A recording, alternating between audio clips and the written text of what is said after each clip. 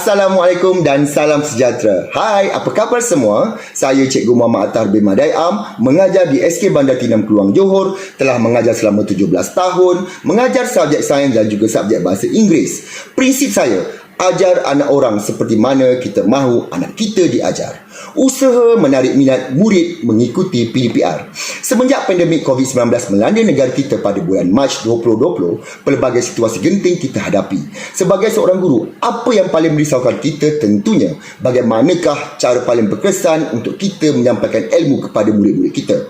Saya tidak terkecuali, malah istilah PDPR pun belum wujud lagi. Tetapi pada minggu pertama selepas pandemik, iaitu pada bulan Mac 2020, saya telah mengadakan kelas online. Kali pertama saya gunakan WhatsApp, namun kurang berkesan kerana kehadirannya kurang. Kemudian saya cuba beralih kepada Google Classroom. Kehadiran amat menyedihkan. Dua kaedah ini terbukti tidak dapat menarik perhatian murid. Setelah itu, saya juga telah mengadakan Google Meet. Dengan masalah data yang tinggi dan perlu dibayar oleh murid, sekali lagi usaha menarik minat murid kurang berjaya. Justru saya telah mengambil satu langkah yang pada saya tiada guru melakukannya pada ketika itu, iaitu menggunakan Facebook Live. Saya dapati dengan mengambil pakej prabayar, kebanyakan telco memberi data percuma untuk aplikasi ini. Selain itu, mereka juga boleh menggunakan akaun ibu bapa mereka untuk masuk ke kelas. Bagi mereka yang tidak dapat mengikuti kelas pada masa ditetapkan, FB Live akan merekod secara automatik.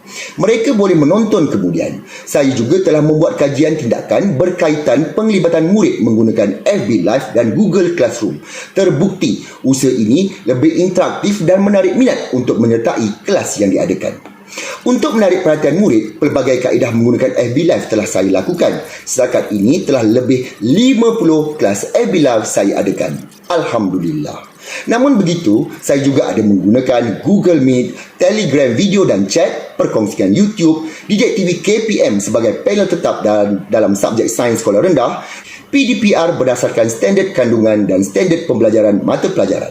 Tiada manusia yang sempurna. Justeru, meskipun saya telah merancang berdasarkan standard kandungan setiap minggu, saya dan rakan-rakan dalam panitia tetap berbincang untuk memastikan isi kandungan pelajaran menepati DSKP. Perbincangan ini amat penting supaya ilmu yang disampaikan bertepatan dengan isi kandungan SK dan SP mata pelajaran. Kaedah pelaksanaan PBD.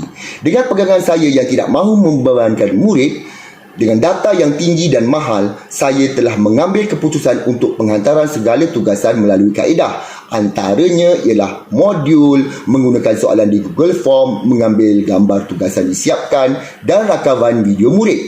Mungkin ada yang kata nak hantar video data tinggi, namun ramai yang tidak sedar Telegram ada kaedah untuk mengurangkan data secara automatik. Jadi PBD dapat dilaksanakan apabila murid tidak tertekan kerana data yang digunakan sedikit sahaja.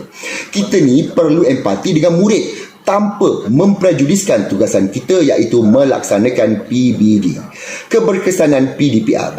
Murid-murid kita di sekolah rendah kebanyakannya ibarat kain putih yang gambarkan ilmu tanpa sempadan. Suci dan murni hati mereka. Jika mereka tidak dapat mengikuti kelas, percayalah, mereka bukan malas, tetapi mungkin sebab tiada kemampuan. Namun kerana saya telah tekankan sejak awal tadi bahawa saya amat pentingkan data yang rendah untuk anak murid, hasilnya amat memuaskan. Murid-murid kurang menghadapi masalah menghantar tugasan. Mereka telah menghantar tugasan dalam bentuk video, gambar tugasan. Ibu bapa juga memberikan maklumat positif kerana mereka tahu mereka kita kini mampu untuk mengikuti kelas yang diadakan. Syukur. Sumbangan PDPR kepada daerah atau negeri.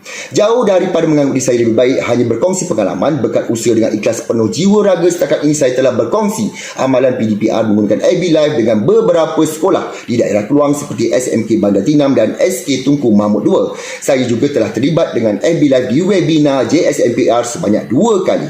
Di peringkat nasional, saya telah terlibat dalam PDPR sebagai penyampai Didik TV sebanyak 4 kali. Akan datang saya akan muncul sebanyak 5 kali sehingga bulan Februari. Hero PDPR hanya satu nama, tetapi yang penting anak-anak kita. Sekian, terima kasih. Bye.